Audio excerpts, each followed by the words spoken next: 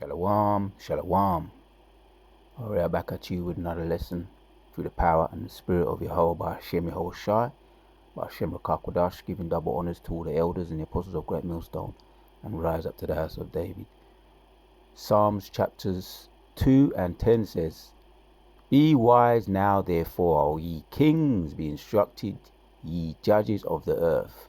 Serve the Lord with fear and rejoicing and with trembling. So yes, we want to check out this Psalms right here. Serve the Lord with fear and rejoice with trembling. So what is it saying there?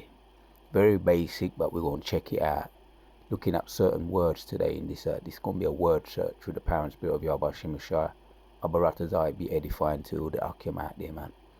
Serve the Lord with fear and rejoice with trembling. Rejoice with trembling, right? Couple of words we're going to look into this. First, we want to check out what etymology, and then see what it has to say about the word. First of all, fear. We already have an idea, but we want to look at it. We're going to come back to the blue letter. An unpleasant emotion caused by the threat of danger, pain, or harm. Terror, fright, horror, alarm, panic, agitation. You might get that if you've ever been into the horror movies, or if you've ever been in a hurricane or a tornado, earthquakes, what's happening right now around the world. A lot of people can identify and relate to these words right here. Unpleasant emotion caused by the threat of danger, pain, or harm. Terror, fright, horror, alarm, panic, agitation. To be afraid something or someone or something as likely to be a dangerous, painful, harmful, dread. There's a lot of others here. So yes, man. So we want to look at the other word, what it said there, because we did mention this at camp. You know, fear is a powerful thing because it has a motivating factor to it. It can motivate many people to do right things or wrong things. Fear. So fear, rejoice with trembling. Rejoice. Let's go back to see what it says there when you rejoice. Both of these words actually are motivating factors, which we're going to go into. Rejoice. Happiness, pleasure, joy, delight, elation, cheer, jubilation, euphoria. Yeah, that word comes back to me. I done a video when I had a glimpse of the new body. Yehovah Yahushua gave me a glimpse of what it feels like and what it looks like being in a new body. And that was the word that I woke up with, the vision that I had of having a new body. Euphoria. It was euphoric. Just felt like I'm not on some kind of high plane, a high level of joy, having a new body. And Abaratazar, we all enjoy to the end, the hopeful, the potential, the elect, the hopeful elect, or the elect, we enjoy to the end. So to get that, we're going to be above all kind of low, being entrapped in prisons of darkness, on this low vibration, being sick and sinful and everything that goes with having these imperfect bodies. We're going to be above all of that. We're going to be in a state of euphoria, right? Ecstasy. We're going to be all those things and the above. Joy. So some more on joy. Rejoice.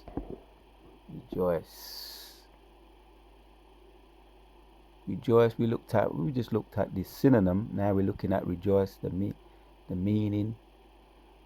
Happiness, pleasure, joy, delight, elation, joy. Now I want to just see what this is about joy. We're just looking at rejoice, a feeling of great pleasure and happiness. Delight, right, man. Jubilation, triumph, exaltation, a thing that causes joy. Success, satisfaction, luck. Let me go back to the scripture now. He says, be wise now, therefore, O kings, be instructed, ye judges of the earth. So we're going to be judges of the earth. All the elect going to be kings. He described them as kings, judges. These are high, noble titles. Kings, judges. We know they have duties, what they do. Carry out, doing judgments. And we're going to potentially, the elect, and all that, those that endure to the end, right? Abba Ratazar, we're all included here, man. Gonna be instructed, so we're gonna be instructed by Yehovah Hashem Yeshua to judge the earth. Serve the Lord with fear, rejoicing, and with trembling. So, right, we gotta have these qualities right here. Rejoice. You say we have to have fear, because fear can motivate you, right? When you have a true fear of the Lord, which we was going into a little bit at camp. The fear of the Lord is the beginning of wisdom, and it can motivate you. That's all up in Proverbs, all up in Sirach as well, having that fear, that wholesome fear, and also the rejoicing. We're going to get back to the blue letter, but just carry on with this, the joy, and you want joy, the meaning,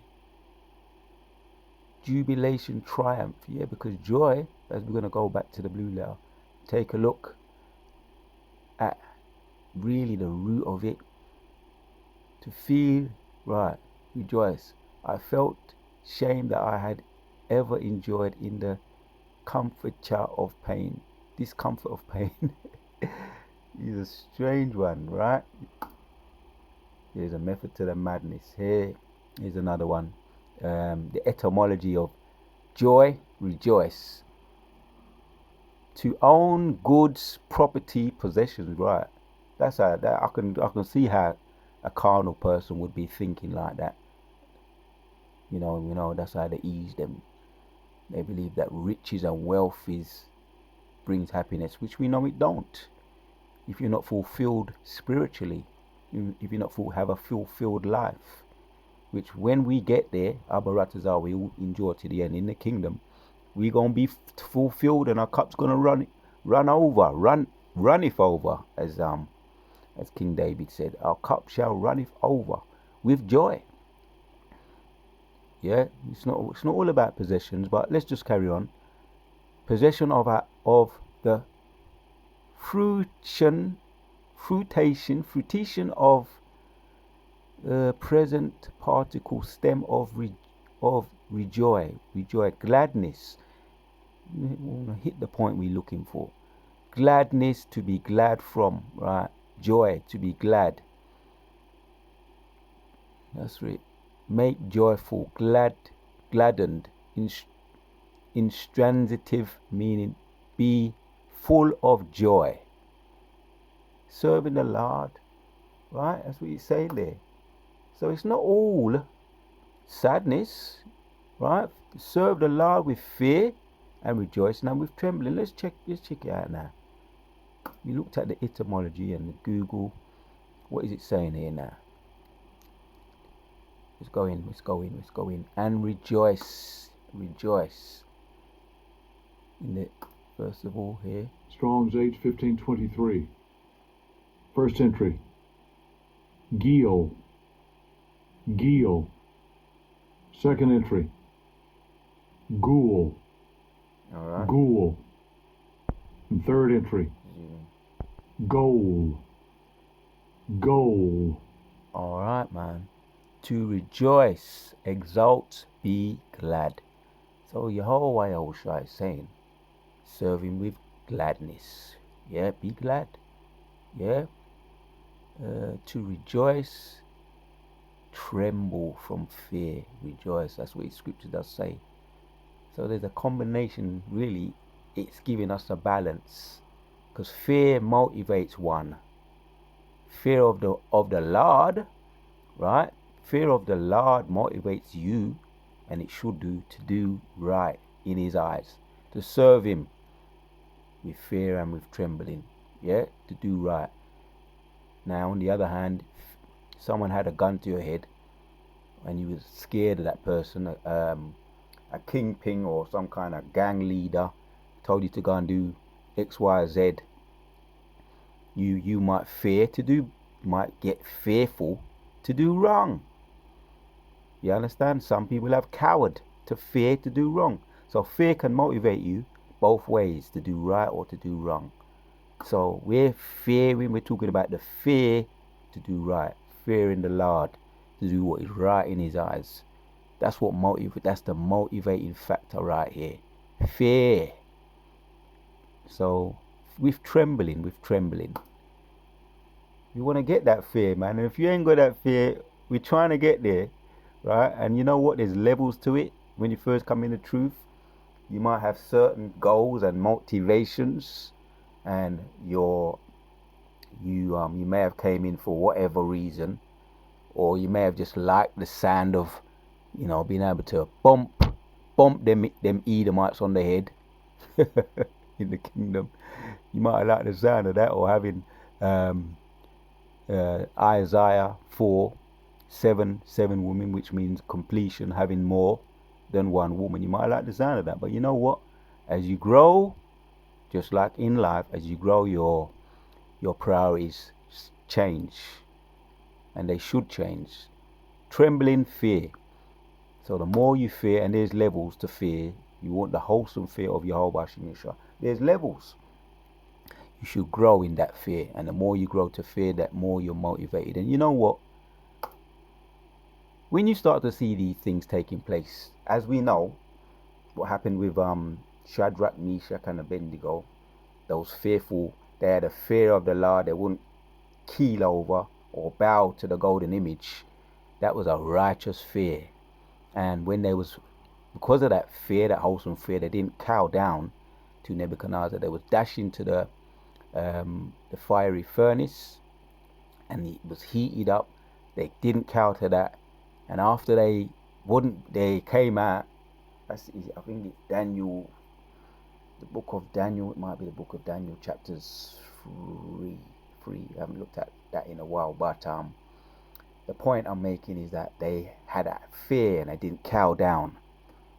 They didn't cow down to the golden image. They didn't cow down to the peer pressure of the king Nebuchadnezzar. They didn't cow down to being in the fire. When it was even turned up, the angel was there, came to protect them. And you know what? When they would have came out, they would have been even stronger in faith. That was that fear, that motivating factor. It motivated them to keep their faith. And once you see that kind of growth, you see that kind of intervention, divine intervention, your strength and your fear for the Most High grows even stronger, knowing what he can do. You don't want to get on the wrong side of that kind of power. So fear is a motivating factor, right? And that's what we're concentrating on right now. Fear. Serve the Lord with fear. Be wise now, therefore. See, be wise now, therefore, O kings, be instructed. Ye judges of the earth, serve the Lord with fear and rejoicing and with trembling. And there's a lot of other experiences and examples we can talk about throughout the scriptures, in the book of Daniel, the book of Gideon, the Judges, the book of Samson. That was all motivated by fear and rejoicing. Gideon, Joshua, walking around the walls of Jericho, and people trembled at the fear of the Most High when they saw what happened when the wall of Jericho fell down, via them blowing the trumpets, walking around it 7 times. That would have put them enemies in the fear of the Lord, fear of the true God, and get them to acknowledge the name of the true God, and to bow down and cow down. Fear is a motivating factor. We're getting that. Abba Ratazar, if you ain't got it right now, keep praying for it. Keep looking in and meditating on those examples we just spoke about, and many others too. King David, he had that wholesome fear, and that fear, what he had for Yahushua, made him go against the giant Goliath, that giant's Goliath, and took him out with a sling stone. That fear motivated King David to go against a giant in those days, a fearsome warrior from his youth, and he was able to overpower Goliath, the great giant. And there was many other things that King David that did because of that fear, that wholesome fear and love. So yeah, man, serve the Lord with fear and rejoicing and with trembling.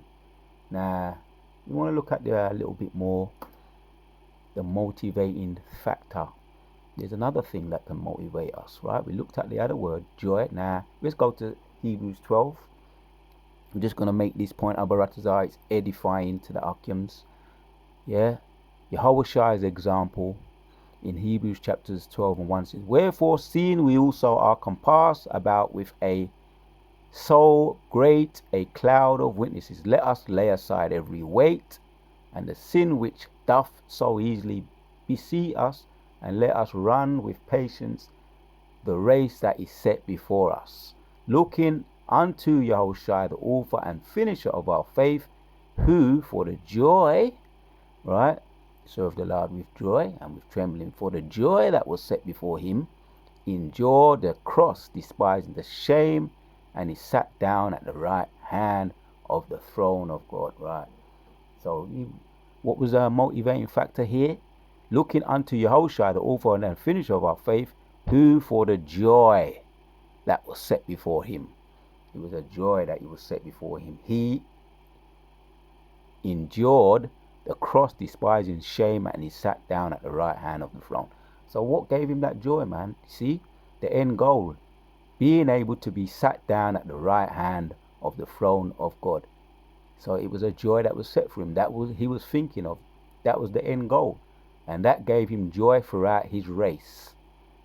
Wherefore, seeing also we have a compassed about with a great cloud of witnesses, let us lay aside, and that joy made him lay aside every weight and the sin which doth so easily beset us, and let us run with patience the race that is set before us. So we can have joy in the truth as well. Joy brings balance to fear. It brings balance and it motivates you just as powerfully. Once you put them in perspective, in the right balance, joy and fear of the Lord, that is. Let's get this in. Let's get into this. You see, these are some basic words we're looking at, but powerful in a way that, in the right place, how they can motivate you. And we're seeing, and Abaratazar, we get these words and in their perspective and right places. Joy, as we just looked at, with the chief Yahweh Yahushai, who gave us the example there. Hebrews 12 and 1. Joy, gladness, joy received from you, the cause of accusation of joy. If I'm pronouncing that right, accusation of joy, of persons who are one's joy. Right, so we're looking at the word joy. Yahweh Yahushai was motivated via joy. The truth is not all doom and gloom. The truth is not all about sickness and sorrow, which there is things you have to contend with, which is mentioned in Sirach chapters 2. It says there, whatsoever is brought upon ye, take cheerfully and be patient when thou art changed to a low estate. Yeah. So what is ever brought upon us, we take cheerfully. So why would we take something that is something that may be a horrible experience? Why would we take that cheerfully? Let's go back again to what Yahushua said. Looking unto Yahushua, right, the author and the finisher of our faith, who for the joy that was set before him endured the cross, despising the shame. So he despised the shame because he had a bigger goal ahead of him, bigger and better, right? Bigger fish to fry.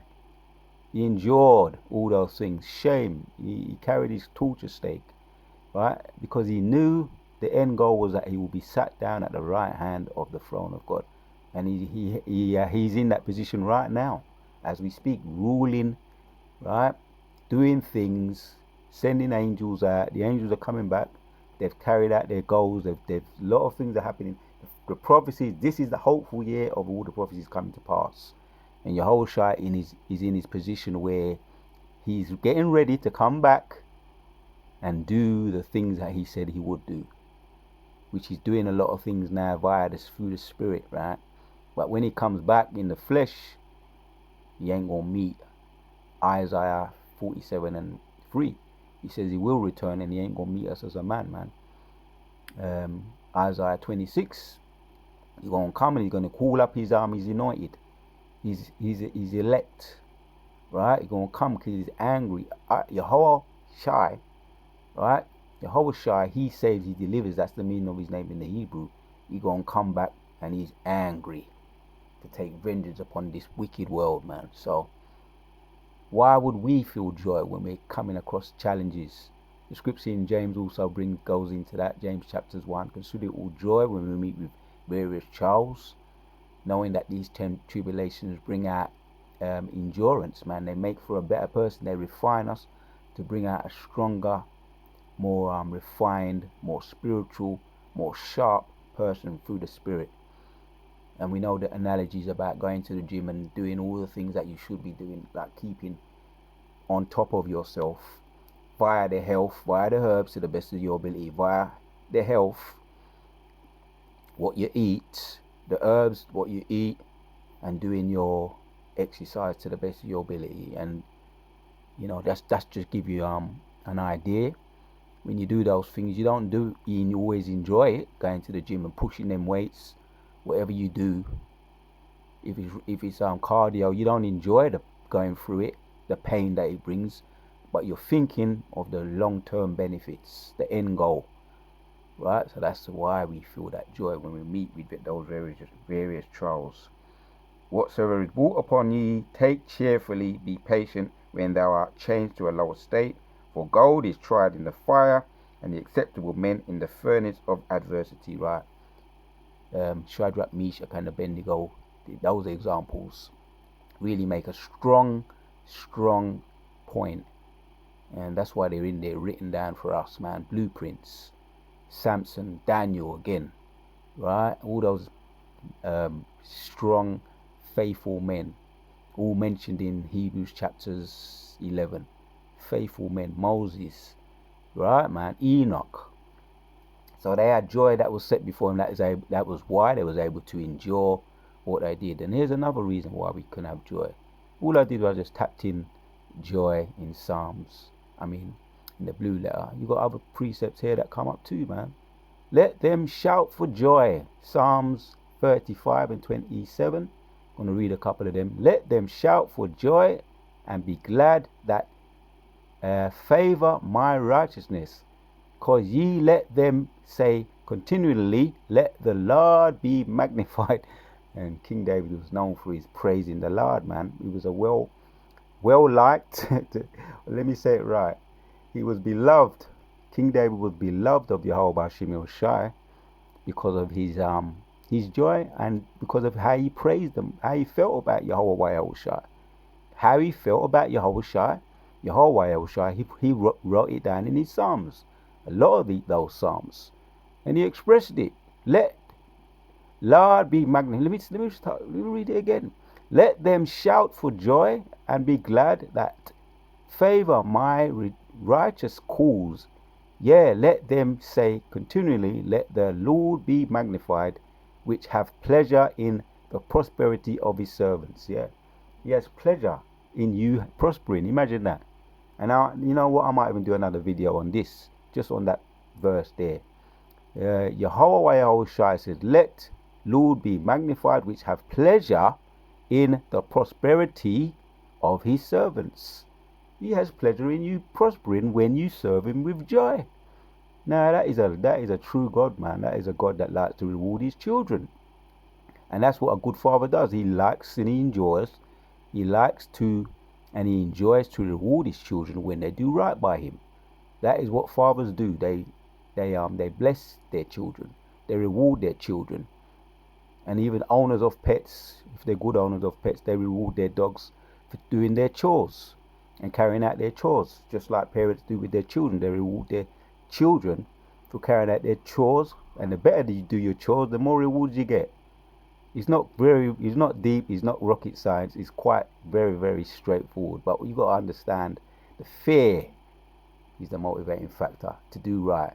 That's what motivates you. and joy. Yeah, and there's another one too.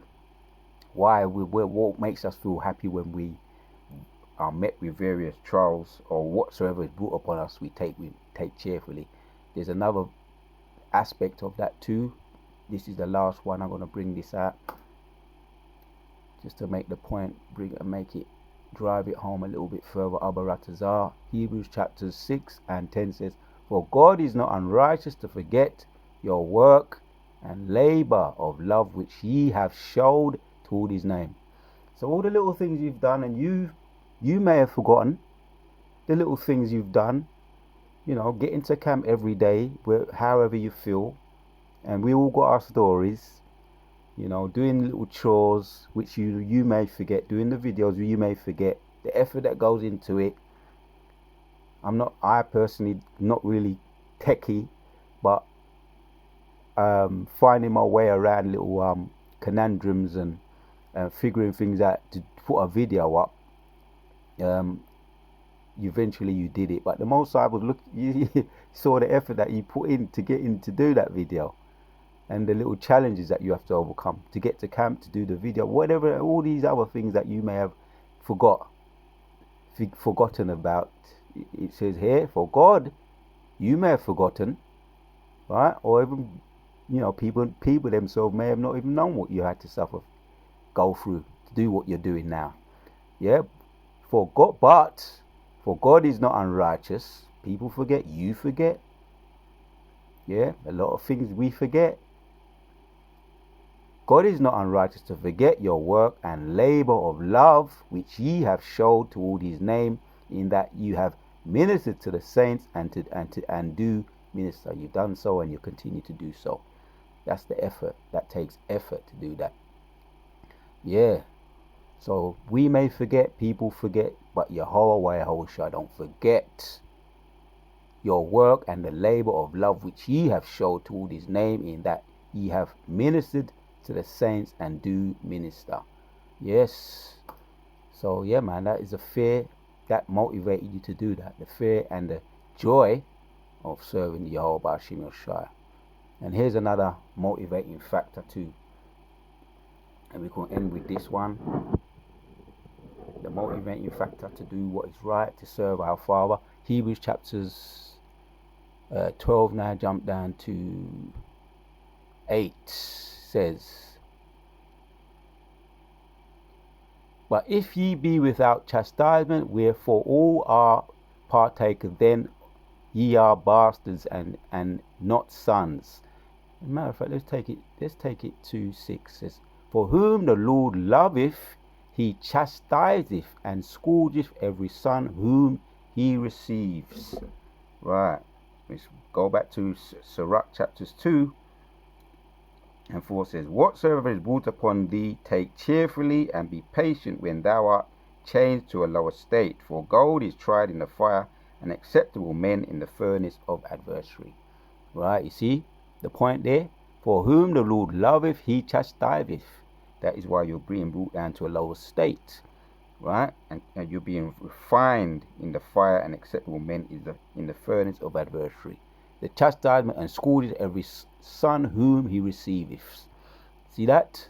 If you endure chastisement, God dealeth with you. So that is why you're going through it. The Most High is dealing with you. He's disciplining you. You're his son, as it goes on to say. God dealeth with you as with sons. For what son is he whom the Father chastiseth not? Right, because you're his son. Yeah. "But if ye be without chastisement, whereof all are partakers, then ye are bastards and not sons." So that's another thing why you're motivated, why we continue to do and overcome these challenges, and we understand the having that fear and the joy. That is the motivating factor to serving Yahweh Bashim Yeshua. And even if we have to get chastised, "But if ye be without chastisement, whereof all are partakers, then ye are bastards and not sons." Yeah, that's why you look at the heathens and the Eves. When he was caught, he rose up. Cain, we're going back to the Garden of Eden. Cain and Abel, the incident there in Genesis chapters 4, when Cain rose up and he slew Abel, vengeance wasn't taken upon him immediately for that. He became a fugitive, and he was driven out of the garden. He was driven out, and anybody that took vengeance upon him was to be punished 7 times over. So his judgments wasn't met out immediately. But you know what? That was because he's not a son of God. He's a bastard. He's not a son of God. He's a bastard. But you know, that time is catching up on him now.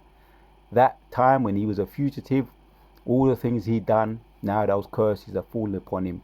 The charges are catching up upon him. The fugitive, being a runaway child, everything is catching up upon him. But you know, he hasn't got a fear of the Most High. So therefore he's not motivated to do right. And he's going to continue to do wrong. That's why Revelations chapters 18 talks about their sins have matched up into the heavens. But when they get this punishment, it's going to be paid upon them double. So yes, man, I just wanted to make those couple of points. We're the sons of the Most High God. Sons of God, that is why we get the chastisements. But whatsoever is brought upon us, we take cheerfully. Just like it says in Psalms. Let's go back for it. Go back and read it. Psalms chapters 2 and 8.